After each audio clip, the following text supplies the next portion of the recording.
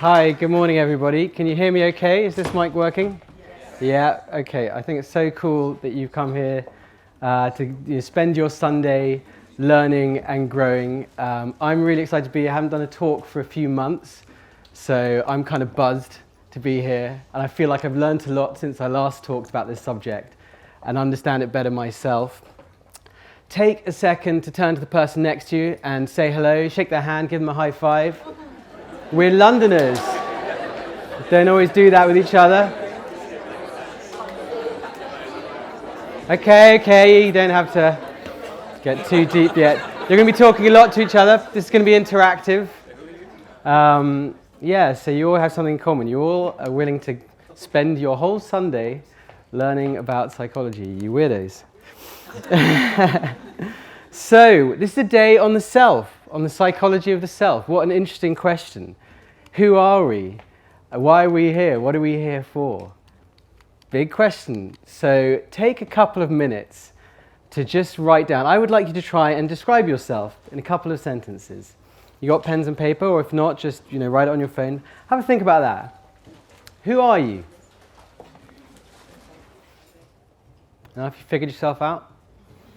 I'm interested in some. Anyone want to volunteer? Should I just point at someone? What did you write, madam? A wife, mother, psychotherapist. Uh-huh. What's your name? Marie. Marie, great. How about you in the third row, in the hoodie? I said I'm 24 years old, friendly, inquisitive. 24-year-old, friendly, inquisitive. Interesting. What's your name? Jake. Jake. Excellent. How about you, madam? Curious, adventurous, imaginative, open. Learn to be wary. Okay. For my own company and wide range of interests. Okay, excellent. Sounds like a dating profile. Good sense of humor. And what's your name, madam? What's your name? Kimball. Kimball, excellent. So it's interesting how we define ourselves, right? By our qualities, or our family life, or our job, these things, but all these things change as well. So they change through life. And what about the ego? Like, what is that? This is the day we're going to be looking at the kind of the ego, but what is the ego? There isn't actually necessarily a settled consensus about what the ego is. So I was thinking about what is the ego. I came up with some ideas. First of all, self-awareness, right? It's the sense of I, the sense that I am here, this is me. But then who is this me? And then there's kind of habitual beliefs, feelings, and behaviors. I am open-minded. I am friendly. So I am these kinds of personality traits or these kinds of beliefs. Maybe I am British. I am Marxist. Feelings as well. I am depressed. I'm introverted. I'm extroverted. I'm excited. And behaviors as well. I'm an alcoholic, or I'm a keen runner. All these things, which are kind of bundles of habits, but all of which can potentially change, though they might not. And also this body and physical sensations. I am hungry. I am excited, though they also change all through our life as well. And we're a network of relationships with other beings. With our family, with our culture, perhaps with other species, perhaps with spiritual beings, if we have those kinds of beliefs. And we're a story about who we are, about our past, about our future, about the nature of reality. But that story is also always changing. So it's really the ego is a kind of story or a strategy that we build up over time, starting from when we're born. And it's built up in response to certain challenges. Because we're self-reflexive, because we have this awareness of I am here, this person in this particular body at this particular time, we also have the awareness that I'm separate from you, I'm separate from these other people. I'm vulnerable, I can be hurt, I can injure myself, suffering, I can be in pain. I'm imperfect. I'm this person, this body, but maybe I'm not the ideal. Maybe there's something wrong with me. Maybe other people judge me for some reason. I'm mortal. I know that I'm going to die at some point. And I'm social as well. I compare myself to other people around me. Maybe this person's taller than me. Maybe this person is smarter than me. How do I compare? How do I fit in? So the ego is constantly trying to work out, this kind of strategy in response to these challenges. And the ego very much craves security. It wants control, it wants sense of security, stability, and happiness. But in a world of transience where everything is changing all the time, we want to build a kind of sandcastle, to feel like I'm doing okay, I'm all right, I amount to something. And yet everything that we build that sense on is often kind of shifting and changing. And that's the challenge of being a human being. You feel, am I okay? But things are changing all the time. Who am I today?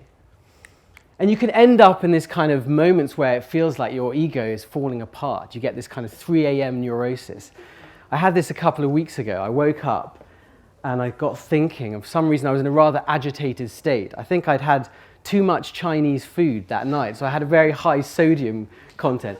I started kind of worrying, thinking, who am I? What does my life amount to at this particular moment? I turned 40 this year. I thought, God, I don't have a pension. What's that about? And should I be married by now? I should be married by now. And I thought my family life, there were problems in my family as well. And my thoughts started whirring round and round, faster and faster. My heart was pounding as well. I was thinking, I'm going crazy, and people can get stuck in those loops. And the thing about the ego is when you start getting emotional as well, it's like energy into a storm. You start feeling afraid, it can whir around faster and faster and faster. And you can get stuck in those loops, in that whirlpool, for like an hour, or a day, or a few weeks, or a few months, or a few years, or a lifetime. Or lifetimes, maybe. In my case, I fell asleep after about 20 minutes. And I woke up the next day, no problem, fine. But how do we get out of those loops?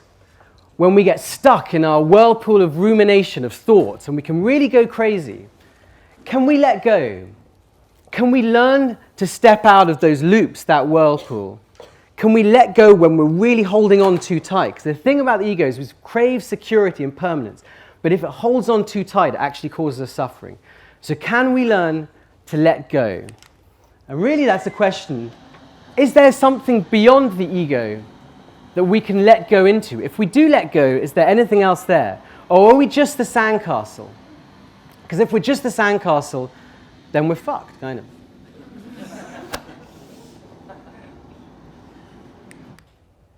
So who am I? At this particular moment, I would describe myself as Jules Evans.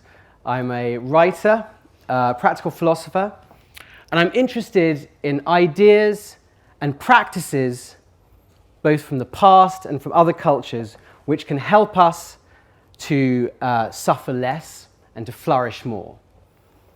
I wrote my first book, Philosophy for Life, which is about strategies and ideas from ancient Greek philosophy and how people use them today. So particularly kind of Socrates and the Stoics. And I can summarize this book for you and save you some money in about 2 minutes, which is basically that Greek philosophy thinks we are these bundles of beliefs and habits, and our emotions are very much tied up to our beliefs. And we can use our reason to reflect on our habitual beliefs and say, is that true? Maybe not. So it helped me a lot. I had social anxiety in my early 20s. Overly worried about what other people thought of me, would whirl around fast and fast and get very, very anxious. And you can use Greek philosophy, which inspired cognitive therapy, to go, does everyone have to accept me? Maybe they don't. Maybe I can accept myself even if other people don't. So you use what's called in cognitive therapy the Socratic method, to use your reason to reflect on your beliefs and choose differently. So you can remake the self, remake the ego using your reason bit by bit. And that works for a lot of people, and it worked for me to some extent too. But it doesn't work for everyone. Some people find it too rational, just using your reason to, and some people it doesn't work. So the second book I wrote, which was in 2017, was The Art of Losing Control. And that looks at how you can change yourself and heal yourself using altered states of consciousness and using the body. So if the first book was about Socrates, this is more about Dionysus, the god of ecstasy. We can heal ourselves using these different kind of techniques and practices to kind of suddenly step out of the self, suddenly step out of the ego and become someone else and find healing. So it's a lot about ecstasy. And some people, I say I'm writing a book on ecstasy and they say, doesn't it make your handwriting squiggly? What is ecstasy? we've kind of lost the original meaning of the term. We think it means either MDMA, or we think it means being very, very happy, yeah? Like if you put in ecstatic into Google News now, most of the results will be from the sports pages. Fans ecstatic at New Zealand's victory in the cricket, for example. So we need to get back to the original meaning of the word ecstasy, which comes from the ancient Greek ekstasis, outside, and stasis, standing. So it means a moment where you're standing outside of your ordinary self or ego. So we've heard about, our definitions of our ordinary selves, moments where you go outside of that. You go beyond your ordinary sense of self and you feel connected to something greater than you. Now, in most cultures, or in classical cultures, that would mean connection to some kind of spirit or God. So it was connected to this word in Greek, enthusiasm, which is entheos. You step out of your ordinary self and some kind of God or spirit comes into you. But in modern culture, ecstasy, you could also have an ecstatic experience where you feel deeply connected to other people, or to your nation, or to nature, or to something else. So it doesn't necessarily have to be a connection to some kind of God or spirit. Now, it can involve euphoria and wonderful feelings of bliss and serenity, but it could also be terrifying as well, the dissolution of your ordinary sense of self, because it's involving letting go of control. So it can be scary too. Now, there is a kind of psychology, a science of ecstatic experience, which we're going to look at, but people use different kinds of words. So William James, who we'll talks about religious experience. Abraham Maslow, another psychologist, talked about peak experience.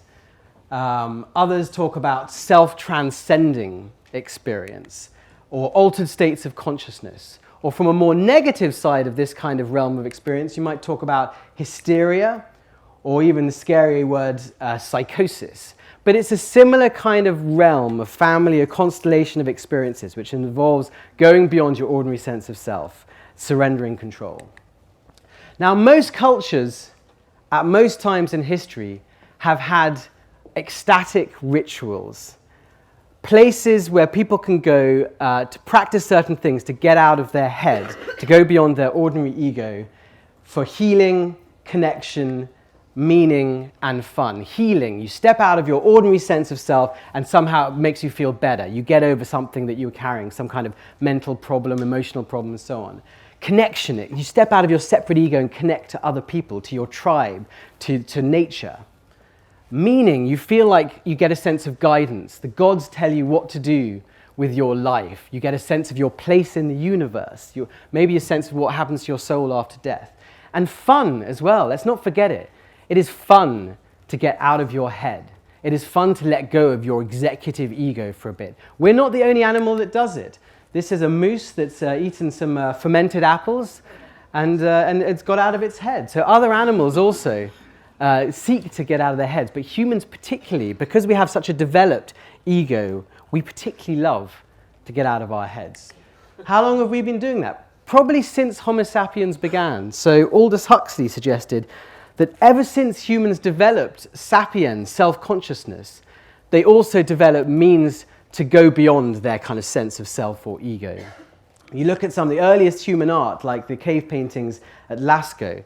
These were probably rituals where humans went and gathered in order to go into altered states of consciousness, to find meaning, connection, and healing. Huxley said, humans have a deep-seated urge to self-transcendence. So there are many different ways, many different techniques or practices people can use to find ecstasy. Any people can give me some examples of some of these kind of practices or techniques? Yep. Dance, yeah, absolutely. Other ones? Yoga, yeah. Psychedelics, yeah. Meditation. Any more? Creativity. Others? Music. Others? Ritual. Any more? Lucid dreaming. Others? Out of body experience, yeah. There are so many. There's also things like fighting and war and being in a crowd and being at a rally and having sex.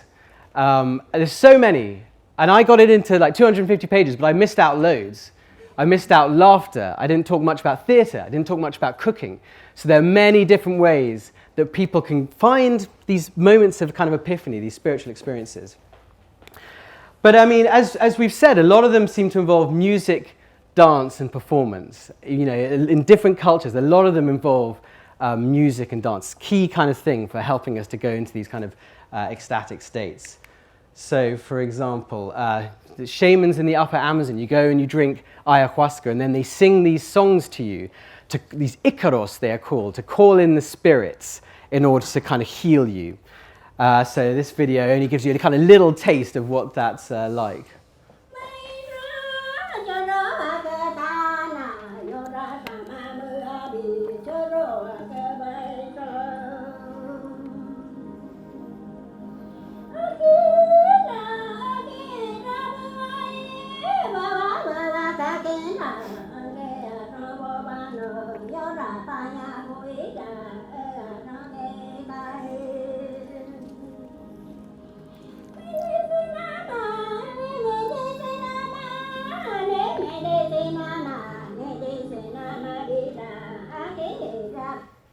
Ooh, so we've called in the spirits now into Birkbeck, so that's good. So yeah, that's a Shipibo shaman in the Amazon. And music is central to their idea of healing. Isn't that interesting? Used to be the case in our culture too, but now can you imagine if you went to your GP or your local hospital, they started like, get out the banjo. I think, but yeah, that's interesting. We're coming back to that idea now. We're actually coming back to it in things like psychedelic science, the idea that music is essential to healing. Here's another example. This is a Sufi zikr where you kind of go round and round and chant either the Quran or the name of Allah. Check out this.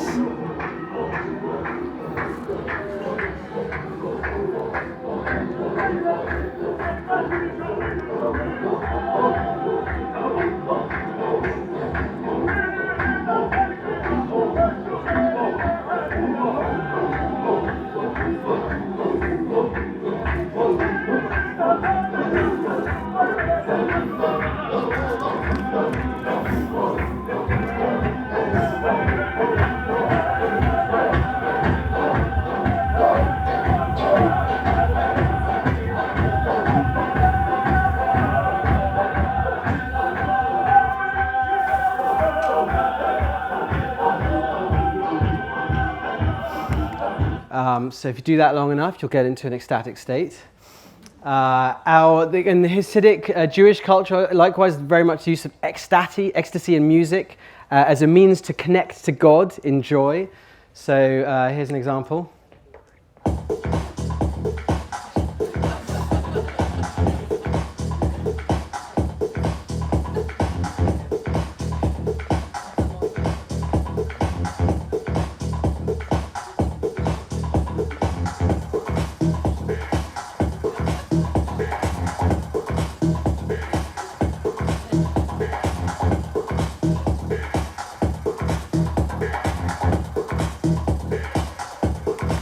I could watch that all day. Does anyone notice anything about those last two examples? No women, men. All men, yeah. So that's interesting. So we're not just talking about psychology, we're also talking about culture, and we're talking about politics. That's cool. God, how to shame a guy for arriving late. Are you just telling him to come and join you, I see. Yeah, so we're talking about kind of culture and politics and ethics as well. Who gets to lose control? Who gets to be in the room? Is it in some cultures, some ecstatic groups will be only for women, for example, and some will be only for men. Is it seen as shameful for some people? In psychedelics, for example, who's allowed to take psychedelics? Is it just for white people? What about people of color? So there's all kinds of ethics and politics around ecstatic experiences, around who gets to lose control, who says it's okay to lose control, who controls the meaning of these rituals, all these kind of political things, particularly around gender and ethnicity. So likewise in Europe, we've had ecstatic rituals in the past. If you look in ancient Greece, Athens, in the 5th century BC, highly rational culture, the birthplace of rationalism, but they also had ecstatic rituals, lots of them, things like the cult of Dionysus or the cult of the Eleusinian mysteries. So Aristotle, the great rationalist philosopher, even though he was, the arch rationalist, understood that a healthy society needed places people could go to unself, to find ecstasy, because it was healing. And likewise, in Christian culture, there was a recognized place for ecstasy. It was an understood part of human experience. It was very regulated, of course, very much controlled by the church. If you said, everybody, God's just spoken to me, it could go pretty much one of two ways. You could be burnt at the stake, or you could be declared a kind of saint, and lots of people would follow you. So it was risky, but there was a recognized place, there was a recognized rituals for this kind of experience. But then what happened is we lost a place for ecstasy in our culture. And that was partly because of the shift from around the 17th century and the scientific revolution from an enchanted animist worldview to a disenchanted materialist worldview. So before the scientific revolution, before this shift to a more materialist worldview, you have this idea that the enchanted universe is full of spirits, that they're all around us, and that the self is porous. What I mean is like it's permeable. So the spirits can constantly come into you, for good or bad. On the good side, you might get ecstasy, you might get prophecy, these gifts of the Holy Spirit, you might get the ability in tremendous creativity, all these kinds of superpowers which you can get from the spirit world. And from the bad side, you might get possessed by a malevolent spirit. So it can go both ways. But basically, we're permeable in this worldview, and the spirits are constantly coming into us. Spirits of ancestors, spirits of nature, God, and so forth. But we left that behind, that worldview, and shifted to a disenchanted materialist worldview in which the self, to quote the philosopher Charles Taylor, is buffered. There are these kind of thick walls separating us off. There are no spirits out there, but we're also separated by a kind of our rationality from other beings as well, from nature. We're separate from our instrumental region from the world of nature as well. And that can feel rather atomized and lonely. On the other hand, at least we don't get possessed. At least we're not in the thrall of priests or shamans. So in materialist worldview, ecstasy begins to be considered a mental illness, a disorder. So this is a photo of a patient at a French asylum in the late 19th century under the psychiatrist Charcot. Charcot claimed that there is this brain disorder called hysteria. It's a kind of physical illness with the brain. And one of the stages of hysteria is ecstasy. And he would take these kind of photos of his patients in these ecstatic pose. And look, and he'd compare it to the gallery of saints. Did you see? They're, and he would claim that all these saints and mystics of yesteryear, and the demoniacs and the possessed people, they were all suffering from hysteria. They were all suffering from a brain disorder. So St. Paul, Muhammad, Jesus, Socrates, anyone who claimed divine inspiration of any kind was really suffering from some kind of brain disorder. And this was part of a battle for power between secular psychiatry and the church over who has authority over the mind and the soul. Who gets to treat the soul or the mind, and how do we treat it? And psychiatry won that battle in Western culture. So it was called hysteria, or it might be called later psychosis, or epilepsy, or schizophrenia. And because of the victory of secular psychiatry in our culture, there's a kind of taboo around ecstasy now. If you have an ecstatic experience, if you feel suddenly connected to the divine, to God, to spirits, or in some kind of altered state of consciousness, you probably keep it to yourself, in case other people will think you're stupid or mad, in case you get put on medication for the rest of your life. Now, of course, there were countercurrents. There were movements over the last 300 years to find a place for ecstasy, to revalidate it. In the 18th century, for example, there was Methodism, very popular ecstatic Christian movement, which then developed into Pentecostalism. It's also hugely popular. Thousands of people convert to Pentecostalism every week. In the 19th century, in the late 18th and 19th century, there was Romanticism, an aesthetic movement which also tried to find a positive place for ecstasy, for trance states, for dreams, for visions. And then the big countercurrent, the big movement back to revalidate ecstasy was, of course, the 1960s, which is a sudden mass explosion of ecstasy back into Western culture through rock and roll, through psychedelics, through the Eastern invasion of contemplative practices like yoga, Hare Krishna, Tai Chi. So there was sudden interest, a sudden desire for ecstasy, and that's had a huge impact on our culture. So they measure now the frequency of ecstatic or mystical experiences. So Gallup's been asking people, have you ever had a religious or mystical experience? And you can see in 62, only 20% of Americans said they did. And now it's closer to 50%. That's interesting, right? We've become less religious, but more prone to mystical or ecstatic experiences, apparently. And so, you know, we're all, and I did a survey myself in 2016. I asked the readers of my blog, have you ever gone beyond your ordinary self and felt a connection to something greater than you? I wonder what you think about that, whether you have. Well, my readers were very ecstatic. 84% of them said they'd had at least one ecstatic experience, although 75% said they thought there was a taboo around such experiences still. So, but, you know, the 60s left a rather troubled legacy in our culture. On the one hand, we don't want to miss out on this realm of experience. So we want to have, you know, peak experiences or these heightened experiences. We want to feel we're really living, you know, that we're living fully. We want to go to places like, this is Morning Glory, you know, we want to go to festivals. We want to get our highs, our thrills. On the other hand, we're a bit worried about, you know, will I lose control too much? Will I go crazy? And we definitely, we don't like priests, and we don't want anyone controlling our ecstasy. We don't want to be brainwashed. We don't want to give away our authority to anyone else. So we have this rather ambivalent attitude to ecstatic experiences, and we're quite individualist and consumerist as well. We want ecstasy on our own terms. We want to be in control of it. We want to be able to choose where we do it and when. And we want to know, we want to make sense of it for ourselves. We don't want anyone else telling us what our ecstasy means.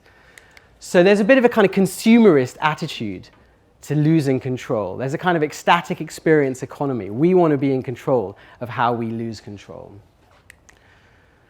And we're right to be worried about it. We're right to be a bit ambivalent about ecstasy, because it can be dangerous. Not all ecstasy is healthy. We know that. You know, you can end up in cults, you can end up brainwashed, you can end up just kind of totally credulous and believing anything. Not all mass euphoria is necessarily healthy. I mean, we learn this from Nazism. It's a very ecstatic political movement.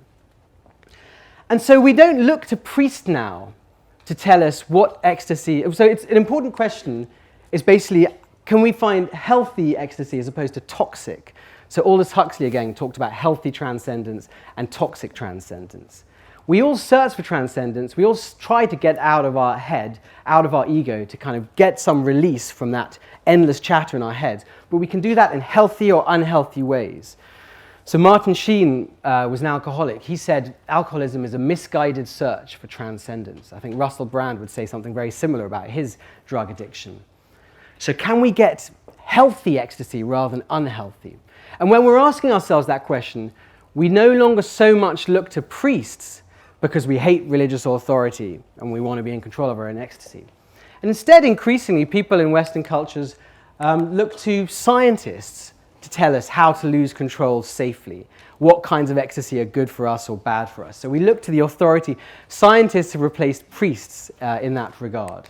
And there's developed over the last century, really, a kind of science of ecstasy, which sounds a bit paradoxical, a kind of rational, analytical science of ecstatic experience. But that has grown up over the last century. So how can you have a science of ecstasy? Well, there are different ways you can look at ecstatic experience, different levels, 4 different levels. You can look at the neuropsychological, what's going on in St. Francis's brain and his autonomic nervous system, what's going on in his bloodstream, what kind of chemicals are going through his system when he has a moment of ecstasy. Or you could ask St. Francis, what's going on with you? You could ask, that's the phenomenological level, which basically, what does it feel like? So describe to us, St. Francis, what is this moment of ecstasy like? And then we could compare these kinds of accounts. Or we could look at it from a cultural point of view. What is it about St. Francis' moment of ecstasy? Why at that particular moment in history? Why did he have a vision of lady poverty at that particular time, just when there were concerns about corruption around the Vatican?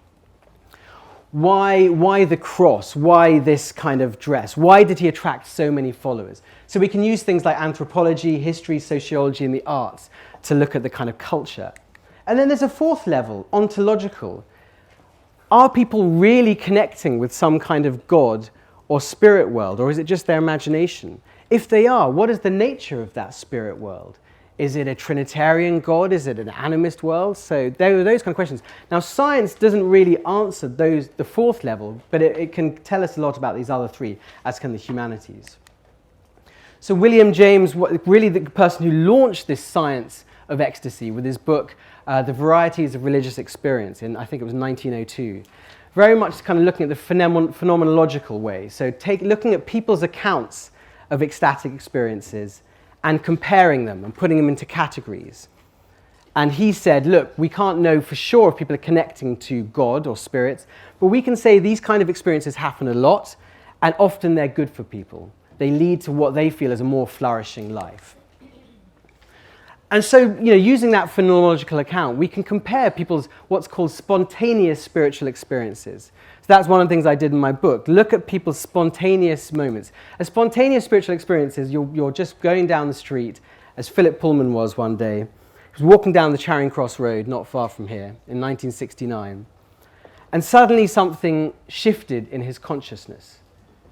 And he had a sense that the universe was alive, conscious, and full of purpose. And he felt deeply connected to this animate, intelligent universe. And it lasted for a few hours, and then he came back to ordinary consciousness. And that, he says, affected everything he wrote since then. So it informed, has anyone here read the Dark Materials books? The idea of the universe being intelligent and alive and full of consciousness. And people make sense of these kinds of spontaneous experiences differently. Not everyone necessarily thinks they are proof of God. So, for example, Bertrand Russell, again, was walking down a street, a rationalist philosopher, and he suddenly felt a deep sense of, his heart spilled over with love and sympathy for these strangers around him on the street. He suddenly had a sense of the suffering of our fellow humans and a deep sense of sympathy and love. So weird, just happened. Suddenly he was like, what's going on with me? Why is my heart brimming over with love? And he couldn't rationally make sense of that moment. And he didn't try to. But he says it changed him for the rest of his life. It didn't make him a Christian. He was a committed atheist his whole life. But it turned him from an imperialist into a lifelong pacifist. So people make senses of these sudden, spontaneous moments of ecstasy differently. But the word they often use to describe these experiences when you compare their accounts is connection. People feel like they go beyond their ordinary sense of ego, which is separate, just me here, stuck in my thoughts, worrying about myself, to suddenly very connected to other people, to other beings, to nature, perhaps to the universe. It's a sudden shift in the sense of not just little me, but us, we. So there are these spontaneous moments of ecstasy, but can we seek it? Do you think? I mean, it's an interesting question. Can we or should we try to seek ecstasy? The subtitle of my book was A Philosopher's Search for Ecstatic Experience. Is that a rather foolish endeavor? Do they just happen, moments of gratuitous grace, as the Catholic Church calls it? Or can we seek it? Well, actually humans do. If you look at cultures around the world, we do seek ecstasy. We go to the caves, we go to concerts, we go to places to try and find these kinds of epiphanies. But I want you to think now, before we just have a quick break and I get you to do something with the person next to you, we can talk about ecstasy. It sounds like these very grand moments that maybe happen once in a lifetime, if you're lucky, yeah? But I want to suggest that there are more ordinary or everyday moments of ecstasy which can happen to us, which the psychologist Mihaly Csikszentmihalyi called flow. Okay, flow experiences are moments where you become deeply absorbed in a certain activity, so much so that you kind of lose track of time, and you stop the ego chatter in your head dies away, and you're just very focused. So it's something that emerges out of attention. Your attention becomes very channeled and focused on a particular activity. And it feels kind of great, because for a while, suddenly the volume is turned off on your ego chatter. And people can get those kind of experiences lots of different ways. For me, I get it from playing tennis. That's why I love playing tennis, because I'm a very overthinking kind of person. When I go on the tennis court, I have to just focus on each point. And that's a wonderful kind of release for me. And I come after an hour playing tennis. On a good day, I feel just, much more spacious and in my body and good. But other people can get it through reading. You get lost in a book. Isn't that part of the joy of a really good novel? You get absorbed in that world. Or through the theatre or through cinema. There are lots of different ways we can get these kind of everyday little moments of ecstasy or flow. Now, you might think that I'm comparing apples and pears, these deep mystical moments of ecstasy and these kind of flow experiences.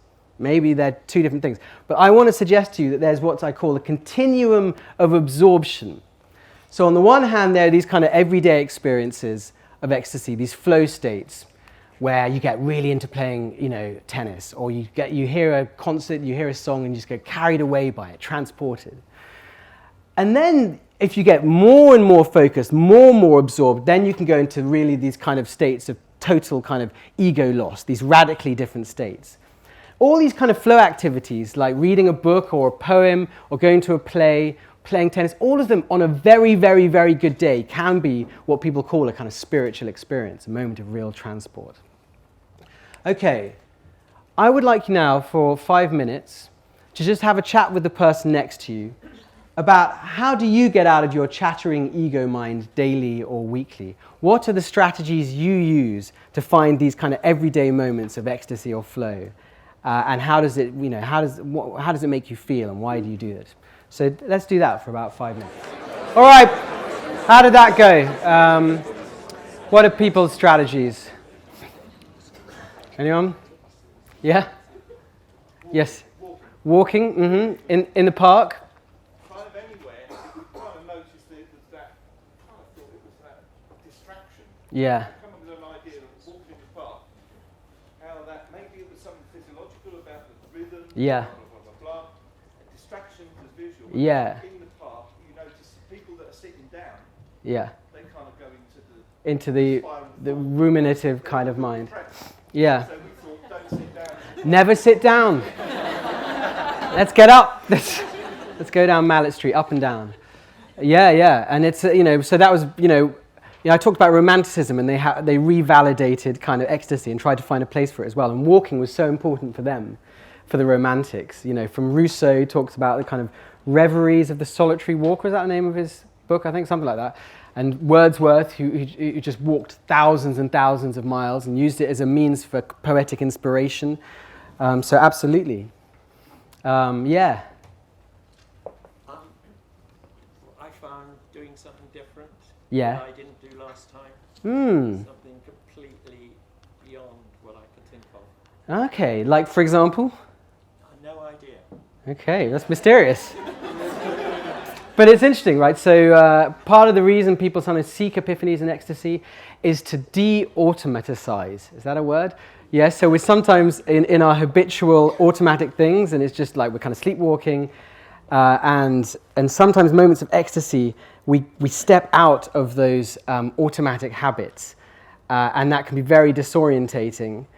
There was a New York Times article in the 70s which found something like 60% of people said they'd had an ecstatic experience, but 3/4 said they never wanted another one because it upturns the apple cart of our habitual expectations. But there can be something amazing about that as well, because you see with new eyes, like this orange, what an amazing orange, and the word orange, and so you see like with the eyes of a child again, and that's wondrous. So do something new as a way, just to step out of the automatic pilot. Any others? Yeah. I knit. Knitting, yeah, absolutely. I love the talks of Ram Dass. Did anyone come across Ram Dass? Amazing, kind of, he was a scientist, a psychedelic scientist. He worked with Timothy Leary at Harvard. He was fired from that and he went off to India, found a guru and renamed himself Ram Dass and brought back a lot of these Eastern practices into the West. And he came back into the West in the 70s and he would give these talks about ecstatic states achieved through yoga or through heavy doses of LSD. And he once gave a talk and there was this old lady in the front row nodding at everything he said. And he would look at her and she'd be there nodding, mm-hmm, mm-hmm. And he was like, how does she understand all the stuff I'm talking about? And he went up to, at the end and said, so you seem to get all this. What do you do? Do you have a practice? And she said, crochet. So that was, the technique. I think there are books on kind of contemplative knitting. Yeah. Any others? There's a whole movement called Knit Your Truth. Knit Your Truth. Oh, wow. Yeah, it's probably an ancient one, really, isn't it? Tribes get together and just kind of knit and talk and get into the zone. Absolutely. Any others? Yeah. I noticed talking to my partner that the continuum of absorption changes over your lifetime. So, for example, as a child, you can just be on a swing and look up at the sky and have an epiphany. Yeah. And just, I have a large family and I work. Yeah. Enter into something is very definite. So just noticing that. Yeah. It isn't available to me in the way that it was maybe 20 years ago. Interesting, yeah, because you've got to kind of, you've got from 10 until 10:15 for your moment of absorption, yeah. Right, and it's also like, maybe attention is a resource as well, that, something that we can develop. We can have a greater reservoir of it or lesser. Do people agree with that? And who here thinks you can kind of develop your capacity for attention? Yeah, has anyone found that? Yeah? And has it worked? Yeah? What do people use to develop their attention? Meditation. And does it made it better, do you think? And can you transfer that out of the meditation to get really focused on a film, say, or whatever, or a conversation or a person? Yeah? Okay, yeah, I found that too, yeah. So attention is a resource that we can develop through kind of practice, and then we can use that to suck deeper on all these kinds of activities, whether it's reading a book or anything. But it's difficult as well if you've got, it's one thing if you're a monk, if you've got a family life and so on. Yeah. Any others? Yeah, at the back, yeah. I find tonight improvised music, playing instruments improvised. Ah, yeah. That takes me actually every day. Yeah. A particular instrument? I play bass guitar. And on your own, with other people? Both. Yeah. Actually, I was talking to my friend here. When there's a group of us, Yeah.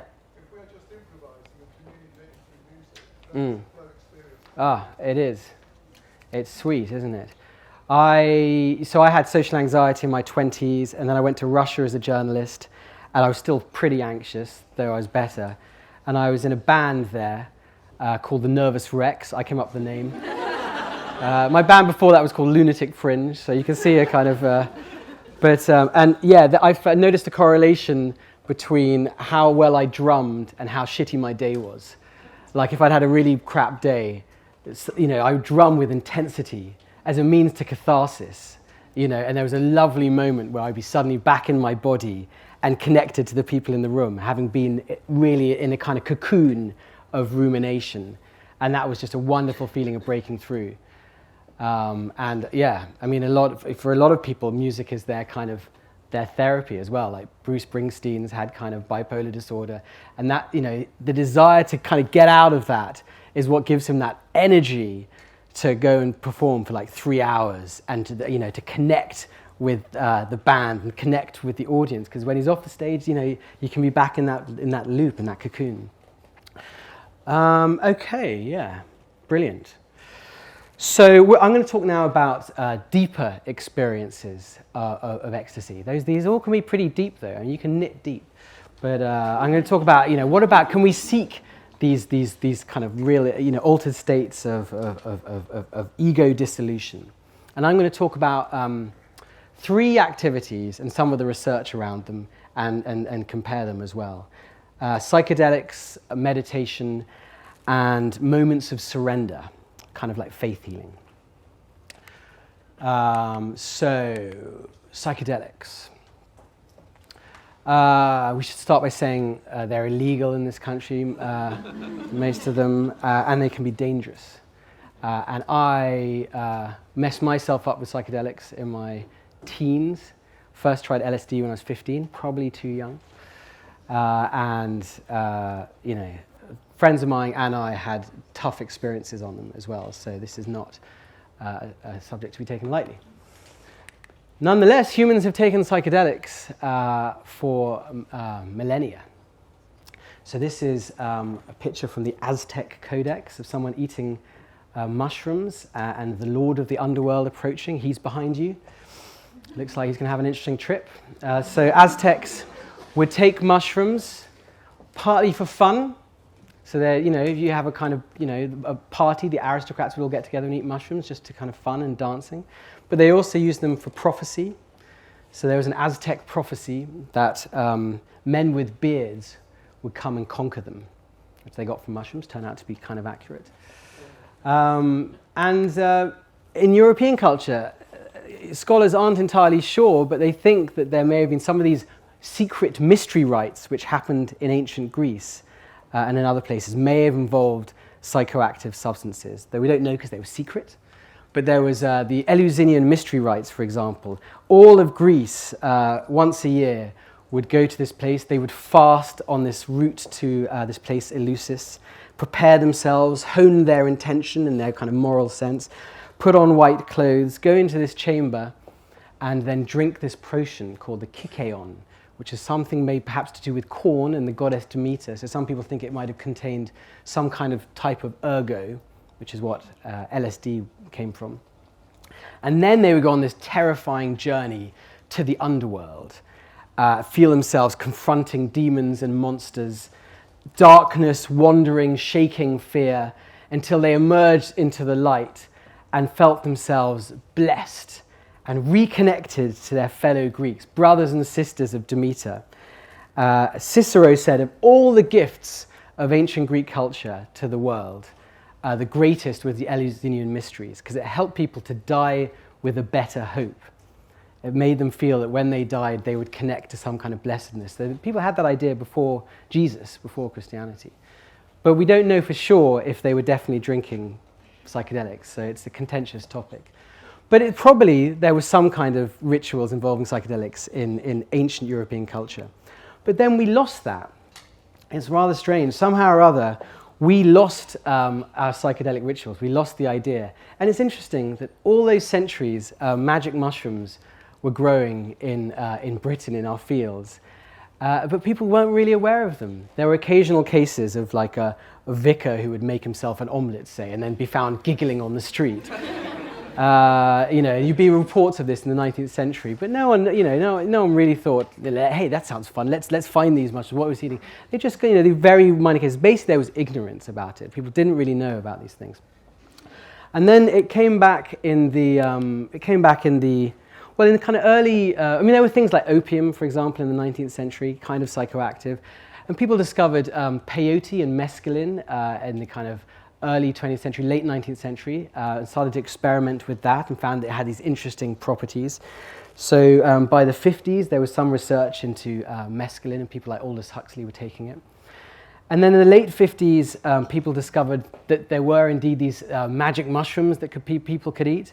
So 60 years ago, someone called Gordon Wasson, an investment banker of all things, a JP Morgan banker, went to Mexico and discovered these rituals where in the hills where indigenous people would take magic mushrooms for healing purposes. And he became the first white person, he says, to take these. And after that, loads of people started to go to this particular village. It was kind of ruined, in fact. The Rolling Stones went there, John Lennon went there, hordes and hordes of hippies descended on this particular village in Oaxaca, and this poor shaman woman was overwhelmed with requests. But really that spread this, and then there was this psilocybin. They found this drug that was in magic mushrooms. And that led to the psilocybin project at Harvard. And around the same time, of course, LSD was discovered. I think it was in 58 as well. And for a while, there was just like scientists studying these subjects, these compounds, and what they could do, and finding really interesting results, finding that they help people with depression, with anxiety, with addiction. They seem to lead to radical changes in the personality. So for about 10 years, there was this kind of, just fascinating research into psychedelics and all the kinds of different things they might do to lead to radical behavior change and personality change. But then what happened is psychedelics suddenly went mainstream. Particularly around kind of 66, 67, 68, thanks to some people like Timothy Leary. So Leary was fired from Harvard for giving psychedelics to undergraduates at parties. And he kind of set himself up as a guru. He said, we need to start our own religion. This is him at in a festival in 67. And he said, everyone should take LSD. We should create a neo-ecstatic society by all taking LSD. He and Ram Dass, or Richard Alpert as he was, had a chart on their wall showing how long they thought it would take all of the world to become enlightened. They thought maybe like 10, 20 years, but it might involve putting LSD into the water supply. This freaked out the authorities. So in 68, Richard Nixon declared Timothy Leary the most dangerous man in America. And psychedelics were put onto the Class 1 list. They were banned for all purposes, even research purposes. And so there was suddenly a hiatus of research into these substances. You couldn't do anything with them. You couldn't take them. You couldn't research them. And that lasted really until about kind of 20 years ago, when research started again at several different institutions, at Johns Hopkins University, at Imperial College in London, at Zurich and other places, and they started to research particularly into kind of psilocybin, this drug and magic mushrooms, but also LSD, DMT, and to see how it changed the brain. They put people into brain scanners, see what was the impact, whether it helped people therapeutically, and they found really interesting results. So particularly in terms of helping people change and grow and heal. A study at Imperial found that I think it was either LSD or psilocybin helped with people who had treatment-resistant depression. Something like 60% of people in this small trial had still recovered from depression 6 months after taking one dose of magic mushrooms. Another study found that after one dose of magic mushrooms, 80% of people gave up smoking. PTSD, there's a study looking at MDMA and how it helps people to recover from post-traumatic stress. And even anxiety and depression in the terminally ill. So after 2 doses of magic mushrooms, people who were facing life-threatening cancer showed a marked drop in their anxiety about dying. So a bit like the old mysteries of Eleusis, it seemed to help people to die with a better hope, to think maybe death isn't the end. So these interesting research, and scientists working in this field think it's maybe like 5 or 10 years before psychedelic therapy is legal. There's already a move to make it legal in California. Because of spiritual tourism or drug tourism, you can go to different places in the world now. You can go to Portugal or to Amsterdam or Peru and try psychedelic therapy. And lots of people are going and trying these kind of therapies out for themselves. And what's happening? How are these drugs, after one dose, leading to such drastic changes in personality and behavior? Well, in the Johns Hopkins psychedelic team, they talk about how psychedelics lead to what they call the mystical experience. So it's rather interesting. You have these kind of dry psychopharmacological journals or psychiatric journals. They're talking about mystical experience, and the main contributing factor to healing is the mystical experience, by which they mean a moment where your ordinary sense of self dissolves and you feel like deeply connected to something greater than you, whether that's nature, the universe, the cosmic mind, or something. But people talk about feeling, or to their deeper self and to their own emotions. So it's a radical moment of ego dissolution and a kind of ecstatic sense of connection. And we can find the neural correlates of that kind of ecstatic feeling of connection. It seems that on psychedelics, different bits of the brain become more connected than usual. It leads to higher states of brain connectivity. And what happens on a phenomenological level is psychedelics seem to help people lower the threshold of their consciousness. We often have deep automatic patterns of belief or of feelings or of behavior which aren't always, in our everyday conscious mind, and they're not always, we can't get at them with rational cognitive behavioral therapy. But in these radical mystical type experiences, some of these unconscious patterns seem to rise up into consciousness in the form of visions, deep feelings, intuitions. And because your kind of sense of consciousness gets expanded, you have access to under the bonnet of your personality, as it were, to patterns which are normally automatic and unconscious. And you can see them or feel them, and you can choose differently. You can choose, okay, I don't need to carry around that habit of guilt anymore, or of self-loathing. And so it leads to this kind of ability to step into a different story. So for example, Simon Amstel, the comedian, anyone know him? Or know his work? So he had anxiety and depression. Therapy helped him a bit, but not totally. So he ended up going to the Amazon jungle to drink ayahuasca, which is this potion made from 2 psychedelic plants. And he found it really changed him and helped him to overcome his long-term chronic depression. He says, before I left, I felt broken. After I came back, I didn't feel broken anymore. I felt like I was part of the world, not disconnected from it. So it helped him step out from his old habitual story of himself into a new story where he felt reconnected to himself, to other people, to the universe. And, ayahuasca is a bit like a strange lucid dream for 4 hours or so, where visions arise which seem to be very personal to you. So, for example, he saw himself as a child, and he saw his father hitting his mother when he was just a little boy, and he realized he always felt guilty and powerless for not being able to protect his mother. And in the ayahuasca vision, he could see he was just 4 years old. He couldn't protect his mother, but he'd been carrying around that subconscious guilt, and he could choose to let that go. And some of the visions are a bit stranger. He saw this sad gorilla appeared to him, and he said to the gorilla, "Is it true? Is all we need to do in life seek joy?" And he says the gorilla looked a bit kind of bored and depressed, just went, "Yes." And so he wrote in his journal, "Joy confirmed," and underlined. And then he became a big contributor to gorilla supporting charities. So there you go. So fascinating field of research, so interesting, one of the most interesting fields of research there are at the moment. But there are interesting questions for that field as well. So do psychedelics connect us to some ultimate reality, or do we just meet our own cultural projections?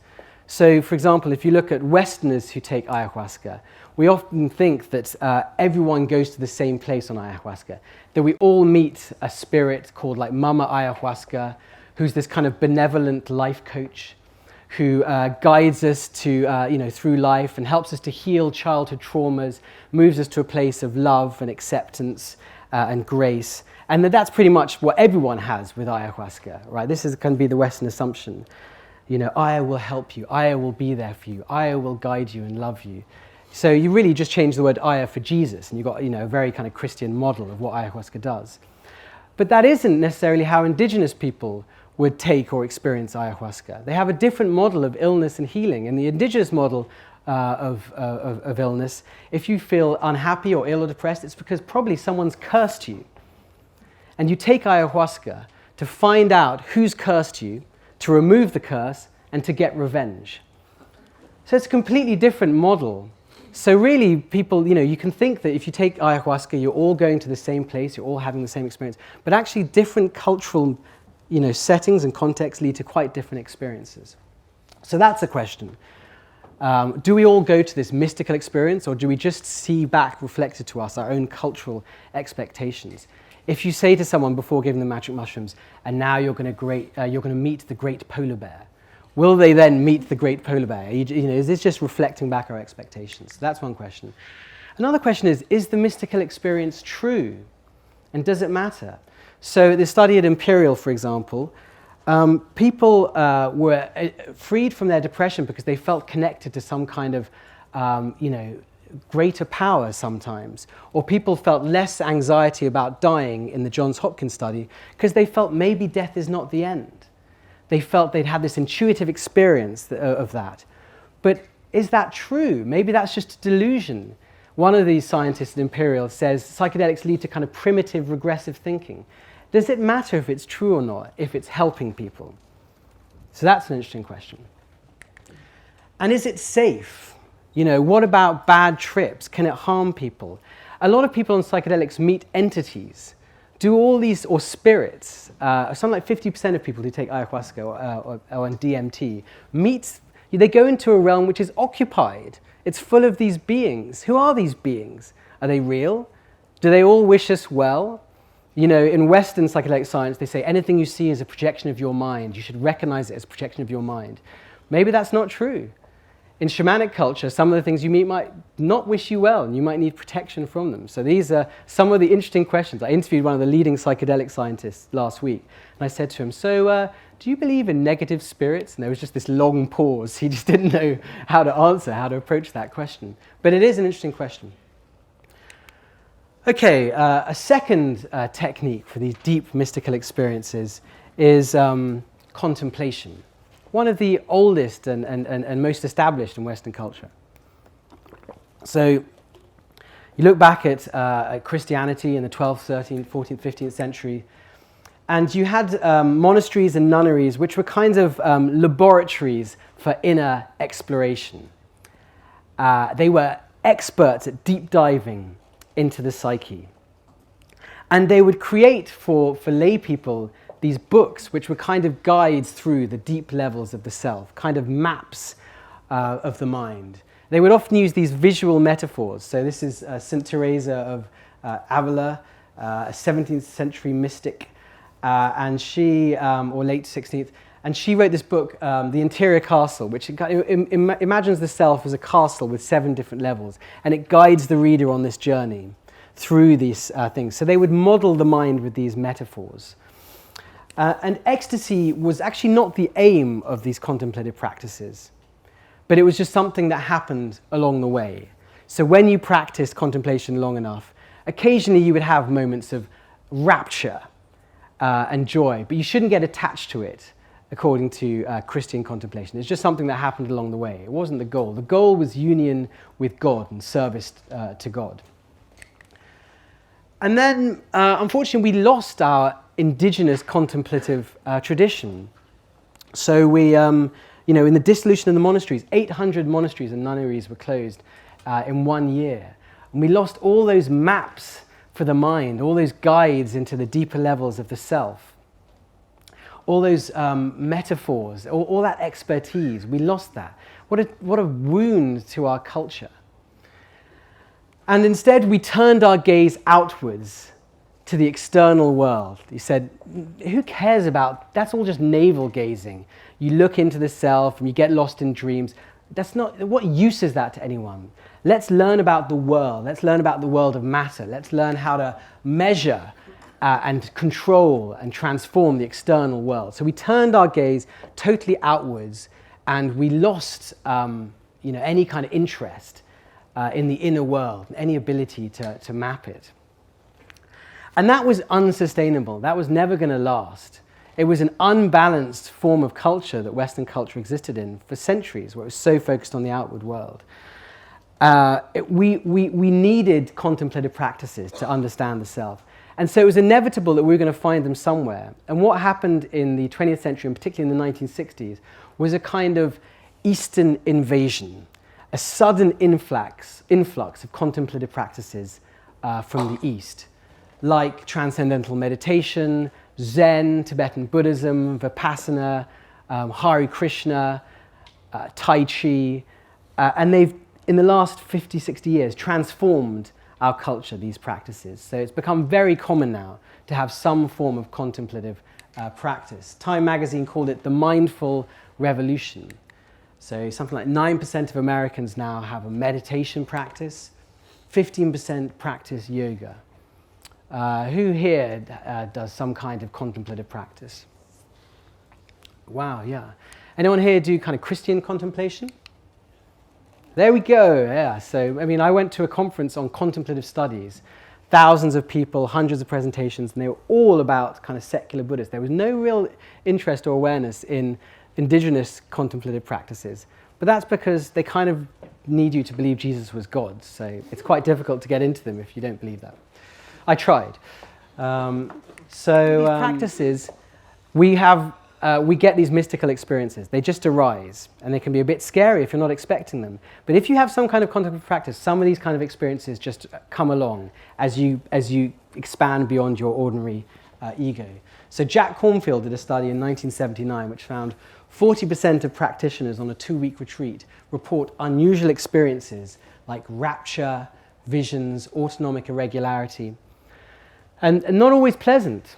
Anyone here been on a Vipassana retreat? Yep. Or anyone here been on retreats at all, or different kinds of retreats? And so who's had things like, fun types of unusual experiences, like sudden feelings of deep joy or rapture or visions? Yeah. And has anyone had more difficult kinds of experiences, like insomnia, or you can get sudden traumatic memories come back? You can get physical irregularities. Yeah, like shaking. I think Jack Cornfield had one where he couldn't stop flapping for several days. And he went and he said, is this normal, teacher? And the teacher said, just observe it and stuff. Don't try to push it away because that'll keep it there. So just observe it. But it can be scary, or it can be amazing as well. And they teach you don't get attached to it and don't get averse to it. So I went on a Vipassana retreat, and it's a really good lesson for this whole realm of ecstatic experience, which is these things happen. Don't get hung up on it, and don't push it away. So the lady next to me on Vipassana, this was her second retreat. On her first one, she felt she was like on MDMA the whole 10 days. She was so high, she felt so great, she found it so easy. And then the second one, she went there expecting it, wanting it, and instead it was just kind of painful and boring. So it was a kind of lesson. You never quite know. You can't get attached to any particular thing that arises. These things just arise. So what's going on though? Why do these things arise on meditation? It's a similar kind of model to what happens on psychedelics. We normally have a rather distracted kind of ego mind that we're stuck in. And when you sit in one place and just focus your attention, you can shift and you can lower the threshold of consciousness, expand it, and things that are normally automatic and unconscious can arise, can come online. Emotions, also visions, sudden influxes of energy, things that are usually under the bonnet can come there. And that can enable you to choose differently. You see some deep pattern arising and you can just observe it and say, okay, there you are, and I'm not going to hold on to you or push you away, just see what happens. So there are similarities. And also, if you look at the neurobiology of contemplation, you can put meditating monks into different types of brain scans. And there are some kind of parallels between psychedelics and meditation. They both seem to lead to greater brain connectivity, higher connectivity between different areas of the brain. And they can also lead to these scary experiences. What in the next talk is about Jung, what Jung called the shadow, which is these rather kind of darker bits which are beyond our ordinary conscious self. And so some people, there are similar kinds of lessons one can learn from psychedelics and meditation, which is the importance of concentration and focus and equanimity, not hanging on to experiences, not pushing them away, and compassion, being kind to yourself in these unusual or altered states, maintaining a kind of clear focus and having courage as well, because scary things can arise from your subconscious. So your capacity to focus and capacity to be kind to yourself is very important. And some people combine psychedelics and meditation. So I went on an ayahuasca retreat in October, and we were encouraged to develop our meditation practice beforehand. And I found the stuff that I learned on meditation was really useful to me on ayahuasca, like being able to kind of sit up straight and focus, remember where I was, remember to focus on my breath, remember to be kind to myself when scary things happen. So those kinds of meditative tools were really useful on psychedelics and in terms of integrating the kind of insights you get. So some people use them together. Okay. The last area I want to look at is surrender to a higher power. So, William James, in this wonderful book, The Varieties of Religious Experience, one of the things he was very interested in was how people can find radical healing in their lives by surrendering to a higher power, the complete opposite of self-help, the complete opposite of the Greek philosophy model, which is use your reason to pull yourself up and heal yourself, and you can do it, you can improve yourself. But that doesn't always work. And instead, sometimes some people find healing completely the opposite way, by saying, I can't do it anymore. If there's something up there, I need your help now, because I can't do it. So the surrender of the self, surrender of power and autonomy and control. And James saw that often that seemed to work. People did find healing and power and kind of the ability to change when they surrendered control, paradoxically.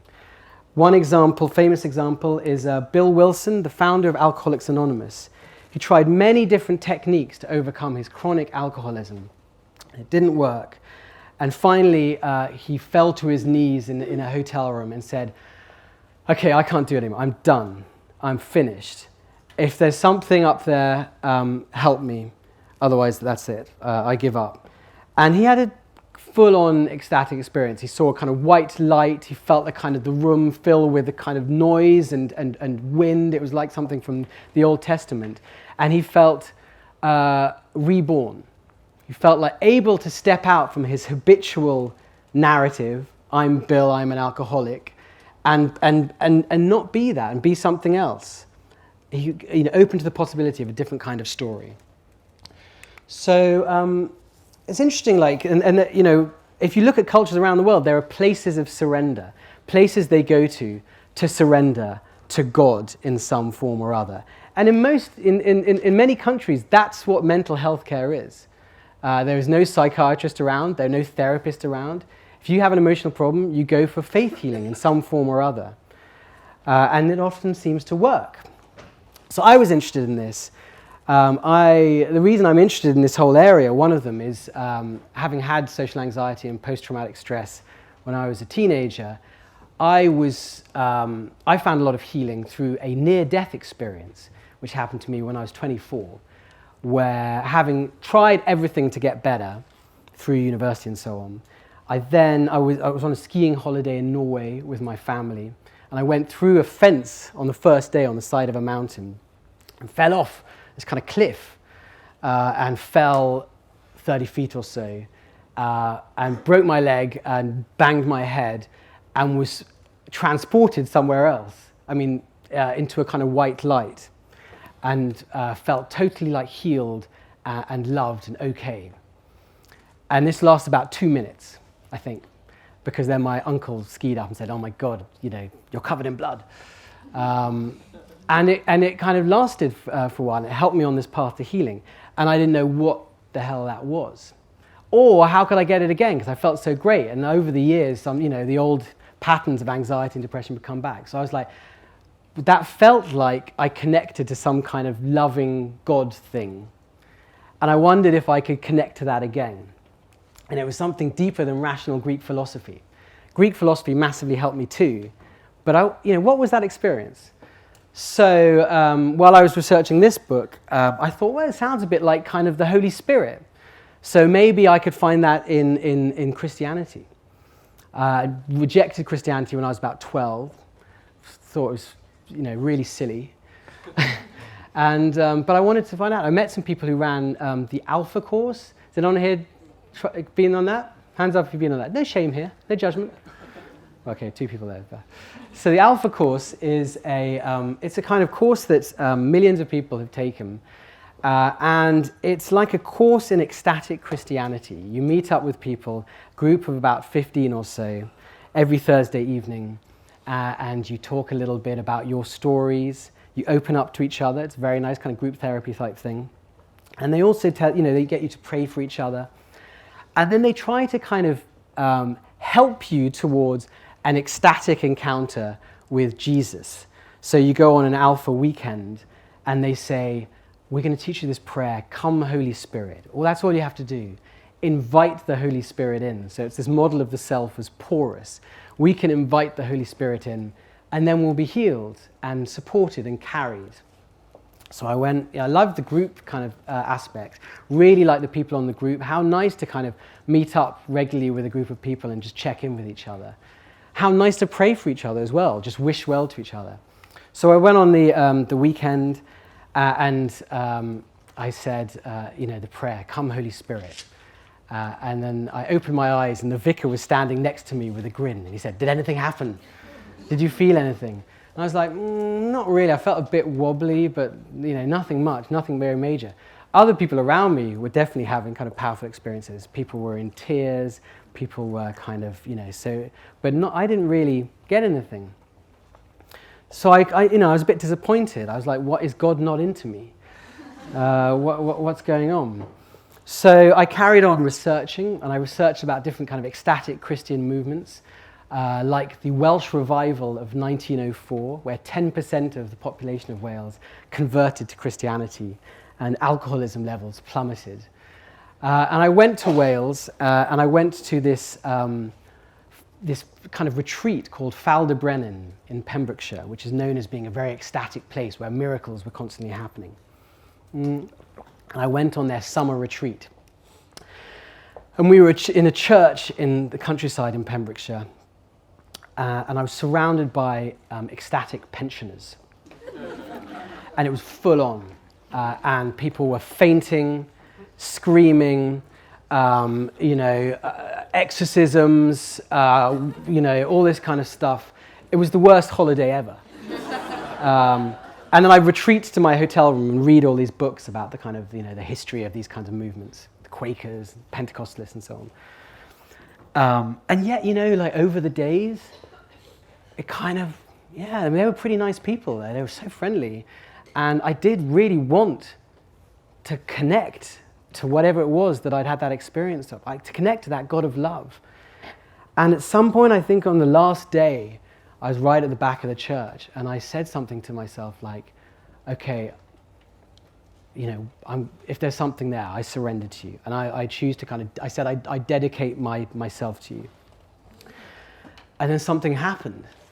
So I felt this kind of force hit me and almost knocked me back like that. Do you remember the vase I showed of the Greek follower of Dionysus with their head back like that? It was a bit like that. And I felt something take my breath away. It took my breath away. And I felt this, this kind of sense of joy and also just surprise. Because a bit of my rational mind was watching going, what the fuck is this? And it lasted for about an hour, just like this. You can imagine I was zapped by a UFO or something. And I went to get some water and I saw my pupils were dilated, like when I was raving. I was like, that's interesting. So it was like this kind of autonomic reaction. And I was like, wow, God. Hey, what does that prove? And the vicar said at the front, does anyone here want to dedicate their life to Jesus today? Which is a very strange thing to ask, because they were all totally committed Christian pensioners. But at the back, I raised my hand. I don't think he even saw, but the old people around me did. So I was suddenly hugged by loads of these ecstatic pensioners. This guy, this sweet old man said to me, if you get hit by a bus tomorrow, it doesn't matter, you're going to heaven now. So I was like, I've still got in my wallet a card from one of the sweet old ladies that she gave to me, just saying, good luck on your journey. So I drove back to London, and my heart was on fire. And I felt, it's true, there is a God of love, and he loves me. And I announced on my blog the next week, my blog, which is mainly kind of skeptics, stoics, rationalists, I said, I found Jesus. And 50% unsubscribed immediately. I met the publishers of my first book, and they said, have you thought about your second book? What would you like to write about? I said, Jesus! And I didn't do a deal with them. And, but then over the weeks, the high kind of died down. That's what happens. That for about 4 weeks, I was incredibly happy. I was full of love. I went to the dentist to have some wisdom teeth removed, and the dentist said, you seem so happy, what's going on? But it died down. And some of the cultural issues I had with Christianity kind of came back. about, you know, sexual ethics, and the rationality kicked in. And I started to read the Bible. I really didn't like the Bible. And I had all these, you know, these skeptical doubts, and it just kind of died down. It was like a marriage in Vegas. And I was like, what have I done? This doesn't make sense to me. But I've kind of declared that I am a Christian now. What's this book going to be about? And I wondered what had happened to me then in that experience. And I went to interview, that's me in the church. I had this kind of Blues Brothers type experience at the back of the church.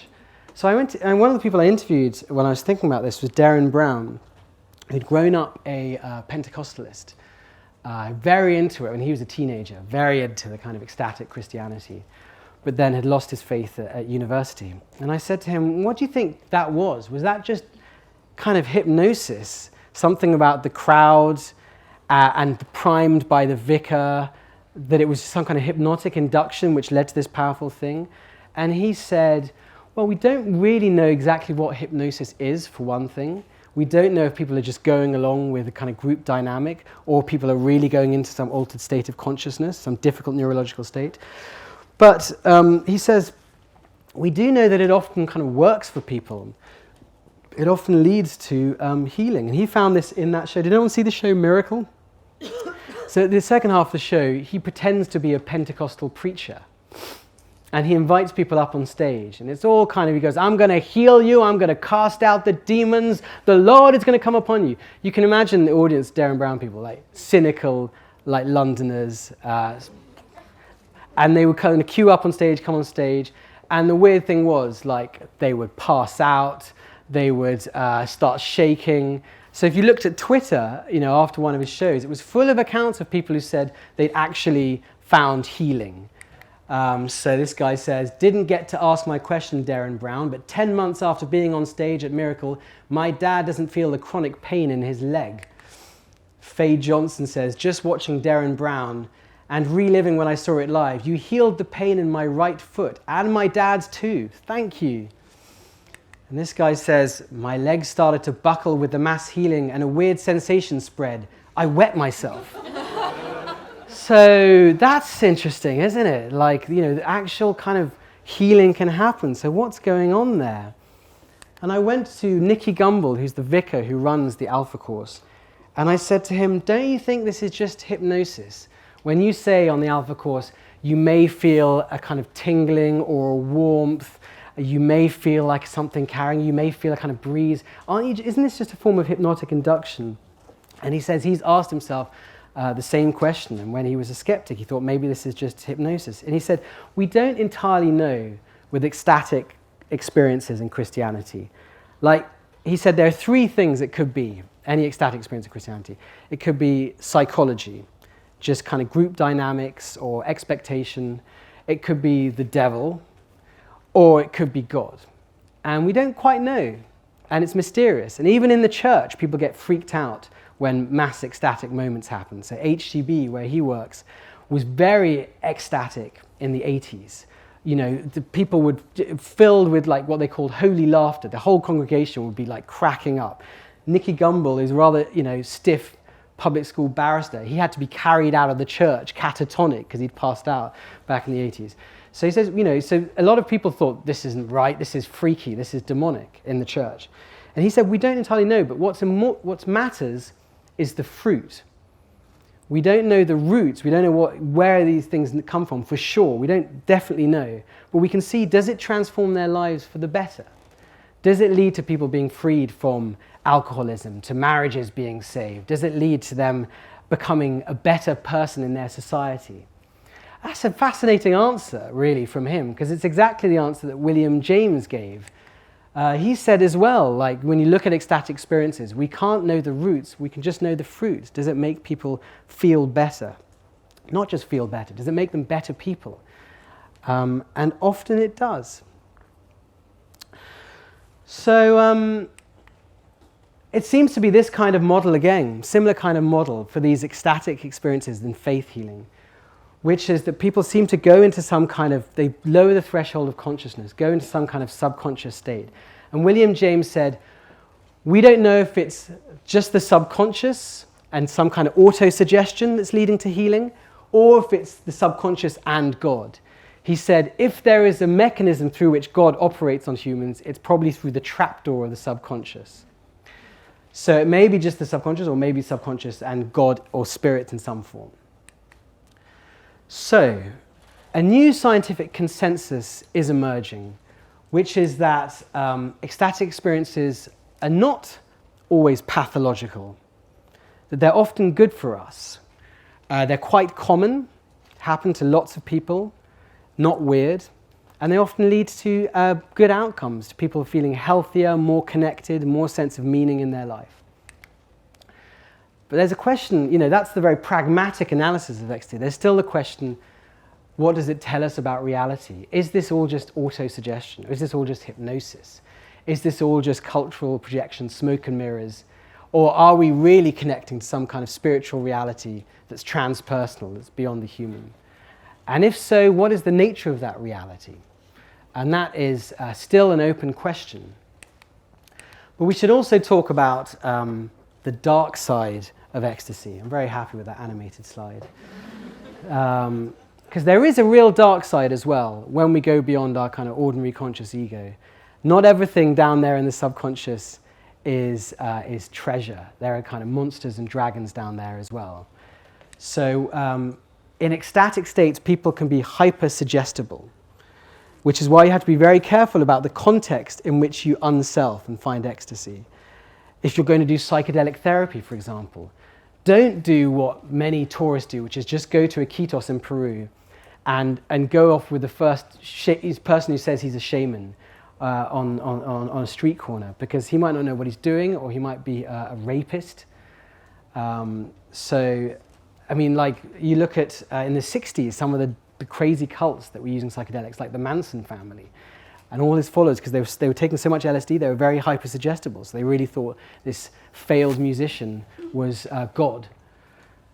So that's one of the risks. We lose our kind of critical firewall. There's a loss of the ability to kind of check what you're thinking. So in the days after I did ayahuasca, I was on a 9-day retreat, so I was doing loads of drugs. Then I went off traveling on my own. And for about 3 days, I thought I was in a dream. I thought, I'm not in reality. I'm either in a dream or I'm dead. And I'm in some kind of weird afterlife. And what amazes me now is that I lost the ability to go, no, mate, you've just been doing drugs for 9 days. I lost that critical ability, so that's dangerous. And you can believe any kind of stuff in these ecstatic states. You look at the Christianity or the New Age. It's people believe all kinds of things. So this is a guy who went to the Amazon to do ayahuasca, a IT engineer, who got a vision that he had to construct a pyramid to enable better communication with aliens. And he built this pyramid. It's like a kind of Werner Herzog movie. And he constructed this pyramid, and then a year later it had fallen apart, and turned out not to be very reliable vision. So how reliable are the insights that come to us on mysticism? For example, Simon Amstel says he was healed from his depression because he had a vision of his father beating up his mother when he was 4. But there's a footnote in his book which says this may not actually have happened. That's interesting. I mean, that matters, doesn't it? So the insights we come to, how reliable are they? In the Christian Middle Ages, they talked about the discernment of the spirit, which is the idea that not everything that comes to you in ecstasy is reliable or true or helpful. So that's another key question. Can we balance our Socratic rationality with our Dionysiac ecstasy? And then there's this idea of the shadow as well. When you're going beyond your ordinary ego, you can face like buried trauma, things about you that you really don't like or are really afraid of, and that can be very scary. And you can be flooded with these shadow elements. And if you don't have the kind of tools to deal with that, you can feel like you're going crazy. And you might be sectioned even. So you have to be aware of that there are these, I guess Kevin's going to talk about that more in the next talk. So these scarier, darker aspects of the subconscious can arise, and test your ability to stay there, stay present, and observe it without attachment, without aversion, and just observe it. So we really need spiritual tools in general in life, but particularly when we're dealing with these kinds of altered states, focus, concentration, the ability to stay present and focused, even in highly altered states. I interviewed, if you go onto my blog, Philosophy for Life, I just did an interview with a guy who has had psychotic episodes for the last 10 years. But he's been able to kind of navigate through that just through his meditation practice. So when he's having crazy visions and really intrusive thoughts and powerful emotions, he can stay present and like just say, oh, hello, welcome, but I'm not going to act on you. And stay kind of kind to himself and so on. That's amazing. So he's really got that focus and compassion, the ability to be friendly to ourselves. Because people think, I just want ecstasy, I want flow, because then I'm going to be more successful, more productive, more creative. But it can be really disorientating when you have these kind of experiences, because they overturn the apple cart of your habitual beliefs, and it can lead to this like bewilderment. So you've got to be friendly to yourself and patient with yourself on the journey. You need humor as well, not to take yourself too seriously. Sometimes have one of these ecstatic experiences, decide you're Jesus, decide you're on a kind of a mission. You're uniquely blessed with insight. So you definitely need humor and humility to keep grounded in that, and courage as well. And above all, equanimity, this idea of not being overly attached if these experiences happen, or overly afraid of them. If you look earlier in European culture, we were very afraid of ecstasy. We pathologized it. There's a risk now we become over-attached to it. We become hungry for ecstasy. We seek a spiritual life only made up of peak experiences, thrills and spills. So ecstasy or altered states naturally arise on the spiritual path, but they're not the goal, I would suggest. They're just experiences that happen. They're not kind of worthwhile or valuable in themselves, only if they lead to altered traits. So there's a theologian called Houston Smith said, the goal is not altered states, but altered traits. Do they change you? Do they make you a better person? If not, it's just a rush. No big deal. The goal is to go beyond the ego, to transform in order to become a kinder person, less egotistical. And the problem is that the ego loves to come along on the journey. So you have some kind of spiritual experience said, the ego wants to cash it in. So that's the kind of challenge. Whenever you have one of these experiences, the ego just loves to jump on board and come on board. So I want to end with this quote by Yuval Noah Harari, who's very serious Vipassana practitioner. And he says, people come on retreats and want to experience bliss and see stars and whatever. And then they come on retreat and are told to observe their breath or to observe boredom. And people say, I don't want to observe boredom or pain. I want these special, exciting experiences. The danger is people just want the next special experience. And the real key is to understand the normal, everyday experiences and not the unique, once-in-a-lifetime experience. So coming back to the idea of should we seek ecstasy? I mean, I don't know. I think these things happen along the way. And sometimes you can go for practices, for ecstatic healing if you feel like, you want transformation, you've tried other practices and it hasn't worked. But there is a danger of getting hung up and constantly looking for the next big breakthrough, the next epiphany, the next thrill. And then you have some thrilling, exciting moment, and then over the weeks and months ahead, the air slowly goes out of your balloon and you feel bored and depressed again. So you go, okay, what am I going to do next? What am I going to, like a Campo Frog retreat or ecstatic dancing, a gong bath? What's going to be next? And actually, what are you avoiding? You're avoiding the loneliness and the boredom and the depression. And actually, maybe the deeper work is to kind of sit with that as well. So thank you for that. That's my website, philosophyforlife.org. Those are my 2 books. I've got some of them to sell here as well. Thank you.